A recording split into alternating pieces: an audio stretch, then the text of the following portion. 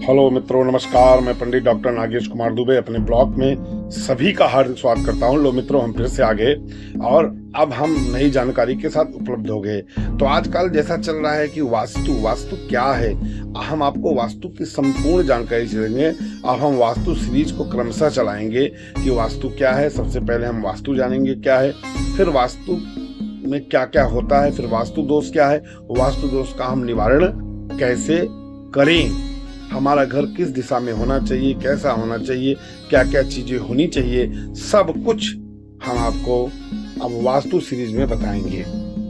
तो वास्तु सीरीज हम शुरू कर रहे हैं, तो आप लोग के लाइक सब्सक्राइब की हमको जरूरत रहेगी। जितना हमें लाइक सब्सक्राइब करेंगे उतना ही हम आपको महत्वपूर्ण जानकारी दे पाएंगे, शास्त्रिक वैज्ञानिक दृष्टिकोण दोनों से। तो वास्तु के बारे में वैज्ञानिक और धार्मिक दृष्टिकोण दोनों है। देखिए, एक बात समझ लीजिए कि धर्म जो है, जो हमारे शास्त्र हैं, जो हमारे पुराण हैं, वो बहुत ही महत्वपूर्ण है। आज भी साइंस विज्ञान, आजकल लोग क्या है, आधुनिक जमाना है, लोग वैज्ञानिक दृष्टिकोण खोजते हैं। तो जो विज्ञान आज कर रहा है, शास्त्र हमारा वहां कब का पहुंच चुका है। तो इसलिए आप ये समझिए कि शास्त्र, पुराण और धर्म साइंस यानी विज्ञान का भाग नहीं है। धर्म का जो है, बिना धर्म का विज्ञान कुछ नहीं है। और ये आप कहिए कि विज्ञान के बिना धर्म कुछ नहीं, तो गलत है। तो बिना धर्म का ही एक भाग विज्ञान है, क्योंकि हमारे शास्त्र पुराण वहां तक पहुंच चुके हैं जहां तक अभी साइंस पहुंचने की कोशिश कर रहा है, यानी विज्ञान पहुंचने की कोशिश कर रहा है। तो लोगों को वैज्ञानिक दृष्टिकोण ज्यादा समझ में आता है, धार्मिक दृष्टिकोण कम समझ में आता है। लेकिन धर्म का ही एक भाग विज्ञान है। विज्ञान उसी चीजों का रिसर्च खोज कर रहा है जिसके हमारे महर्षि ऋषि वेद पुराण में कर चुके हैं। सब कुछ हो चुका है, बस एक चीज था कि डॉक्यूमेंटेड एंड लिखित नहीं था। बाकी हर चीजों का शोध हो चुका है। हर चीजें इस पृथ्वी पे अब उसी नई रूप में आपके सामने परोसी जा रही है, जिसे आप सत्य मान रहे हैं, वैज्ञानिक मान रहे हैं। लेकिन धर्मशास्त्र में ये चीजें पहले थी। आज विज्ञान उसी को नए कलेवर में, नए चीजों में लाकर आपको दे रहा है। तो चलिए, हम आज आपको वास्तु समझाते हैं। पहले हम आपको वैज्ञानिक दृष्टिकोण से समझाएंगे, उसके बाद हम अगले दिन आपको धार्मिक दृष्टिकोण से समझाएंगे कि धर्मशास्त्र पुराण में वास्तु का क्या महत्व है। आज हम वैज्ञानिक दृष्टिकोण से देखते हैं कि वास्तु क्या है। तो कहा गया है कि इस ब्रह्मांड में छित जल पावक गगन समीरा, 5 तत्व विरच यह अधम शरीरा, यथा पिंडे तथा ब्रह्मांडे। यानी यह 5 तत्वों से शरीर बना है और यह 5 तत्वों से यह ब्रह्मांड बना है, यानी पृथ्वी, जल, वायु, अग्नि, आकाश। तो पृथ्वी, जल, वायु, अग्नि और आकाश। अब यही 5 तत्व से हमारा शरीर भी बना है कि छित जल पावक गगन समीरा, 5 तत्व विरच यह अधम शरीरा। तो ब्रह्मांड इन्हीं 5 तत्वों से बना है और 5 तत्वों से हमारा शरीर बना है। इन्हीं 5 तत्वों को ब्रह्मांड के साथ और शरीर के साथ आपस में स्थापित करना, यानी इसमें सामंजस्य बनाए रखना ही वास्तु शास्त्र है। इन्हीं 5 यानी पृथ्वी, जल, वायु, आकाश, अग्नि, इन 5 तत्वों को शरीर और इस ब्रह्मांड से आपस में सामंजस्य स्थापित करना ही वास्तु शास्त्र है। यही है वैज्ञानिक दृष्टिकोण। तो चलिए जानते हैं कि वैज्ञानिक दृष्टिकोण में तो एक एक चीज को समझते हैं कि जल का क्या महत्व है, पृथ्वी का क्या महत्व है। तो आज हम जानते हैं कि एक एक चीज का क्या महत्व है। तो सबसे पहले आता है पृथ्वी। तो जानते हैं पृथ्वी, क्योंकि देखिए हर चीजें ब्रह्मांड शरीर के साथ स्थापित करना ही वास्तु है।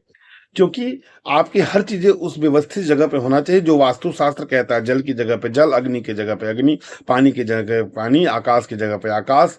तो जो 5 तत्व जहां बताए गए हैं वहीं पे होना ही तीनों का सामंजस्य, आकाश, पृथ्वी, आकाश पृथ्वी, वायु, जल, अग्नि, जितने जो भी तत्व जहाँ बताए गए हैं, जब भी आप भवन निर्माण कराएं तो वास्तु शास्त्र के अनुसार उन चीजों को वहीं स्थापित करें, जिससे आपका शरीर, ब्रह्मांड और वो पांचों तत्व जो जगह बताए वहां से आपस में स्थापित करना ही वास्तु विज्ञान है।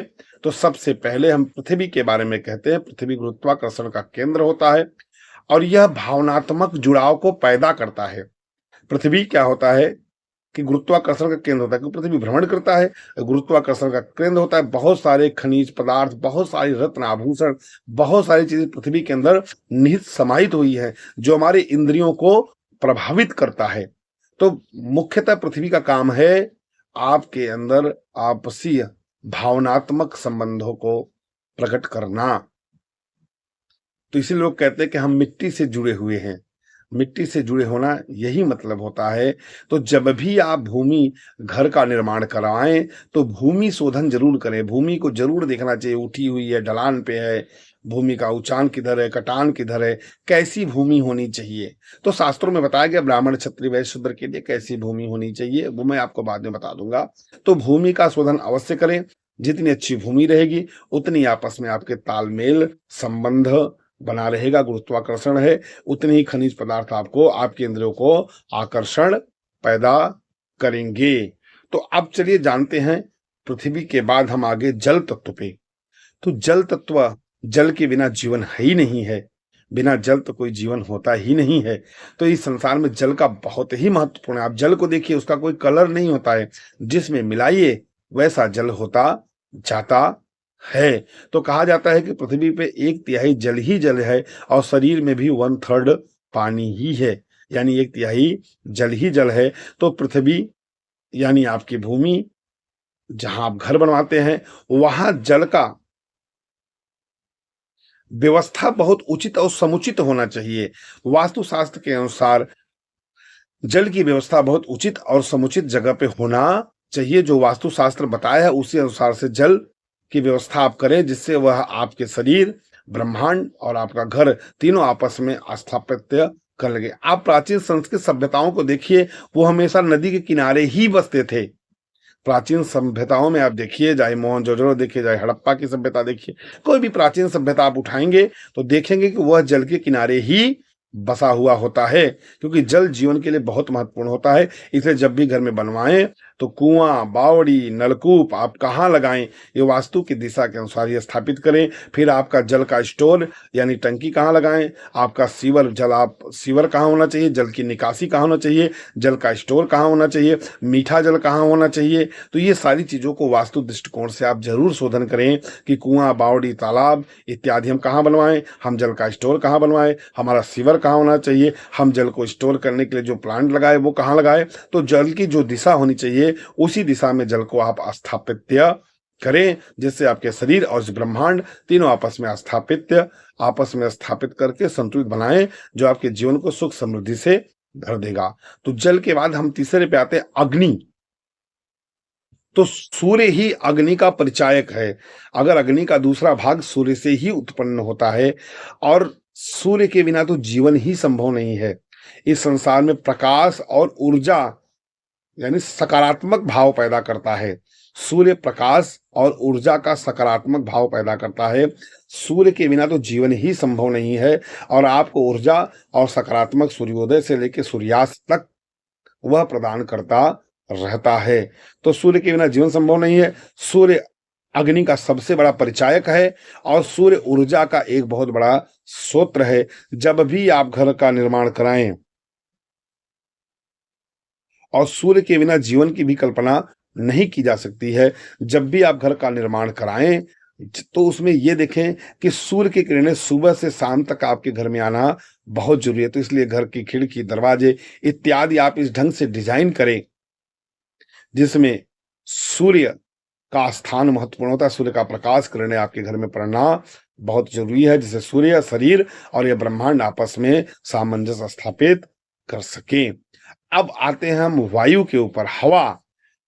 तो इस ब्रह्मांड और पृथ्वी में हीलियम, नाइट्रोजन, ऑक्सीजन, हाइड्रोजन ये सारी गैसें हैं जो इस पृथ्वी ब्रह्मांड में विद्यमान है। तो आपके घर में इन सभी गैसों का दबाव उचित समुचित व्यवस्था होनी चाहिए। जो आपके घर में इस गैसों का उचित समुचित व्यवस्था करना चाहिए। जो आप जैसे ऑक्सीजन बहुत ही ज़रूरी है हमारे शरीर के लिए। तो घर में देखो प्राचीन समय में जो घर बनते थे ना, वो हवादार बनते थे। बीच में आँगन छोड़ा जाता था। चारों तरफ घर बनते थे और बीच में आँगन छोड़ा जाता था। इसलिए जब भी आप निर्माण कराएँ तो घर के खिड़की, दरवाजे ऐसी उचित स्थान पे वास्तु के हिसाब से लगाएँ, बड़े लगाएँ, खुलेदार लगाएँ, जो कि हवा का आदान-प्रदान, दबाव आपके घर में अच्छे ढंग से बना रहे, जिससे वायु तत्व के साथ भी आप सामंजस्य स्थापित कर सकें। इसलिए जब भी, क्योंकि बिना हवा ये सारी गैसें हैं, इनका दबाव, निकासी सब कुछ उचित और समुचित व्यवस्था आपके घर में होनी चाहिए। जब भी बनवाएँ तो इसका भी उचित समुचित व्यवस्था आप करें। अब आकाश तत्व के बारे में हम बात करते हैं। आकाश तत्व इसलिए तो पहले भी मैंने बताया कि जब भी घर बनता है तब बीचों-बीच छोड़ा जाता था, क्योंकि आकाश तत्व भी आपके लिए ज़रूरी है। और वास्तु शास्त्र में कहा गया है कि घर उतना ही बनवाएँ जितना आपको ज़रूरत हो। ऐसे नहीं कि आपको 3 कमरे की ज़रूरत है, आप 100 कमरे बनवा दीजिए। तो आकाश तत्व का जो स्थान होता है वो घर के बीचों-बीच होता है। जितना आपको ज़रूरत है उतना ही बनवाएँ। और आकाश तत्व में आप कचरे बहुत ना रखें, स्टोरेज ज़्यादा ना करें। आकाश तत्व का जो स्थान है वहाँ स्टोरेज ना करें, नहीं तो आपको नकारात्मक प्रभाव देना शुरू कर देगा। इसीलिए कहा गया है कि जितना आपको ज़रूरत हो उतना ही घर का निर्माण, उतने ही कमरों का करें। आकाश तत्व का बीचों-बीच होता है, इसलिए गाँव में प्राचीन समय में आँगन बनाए जाते थे। अब वो प्रथा धीरे-धीरे आँगन की भी खत्म हो गई है। तो आकाश अनंत है, असीमित है और आधुनिक वास्तुकला, प्राचीन वास्तुकला का एक सर्वश्रेष्ठ आकाश तत्व उदाहरण है। इसीलिए कहते हैं कि इन पंच महाभूतों को और हमारे पंच महाभूत शरीर में भी और हमारे वास्तु निर्माण के नियम, वास्तु शास्त्र के अनुसार इन पंच महाभूतों यानी घर के पंच महाभूत और शरीर के पंच महाभूत और इस ब्रह्मांड के पंच महाभूतों का आपस में तालमेल बैठाना ही वास्तु है। अगर इन पंच महाभूतों का तालमेल अच्छे ढंग से वास्तु के नियमों के अनुसार बैठ जाता है तो आपके घर में सुख, समृद्धि, आरोग्य, धन धान्य, किसी तरह का कोई परेशानी नहीं रहती, किसी तरह का वास्तु दोष नहीं रहता है। तो ये वैज्ञानिक दृष्टिकोण है। धार्मिक दृष्टिकोण के बारे में हम कल बात करेंगे। धन्यवाद। हर हर महादेव। कृपया सपोर्ट करिए, लाइक करिए, शेयर करिए, सब्सक्राइब करिए।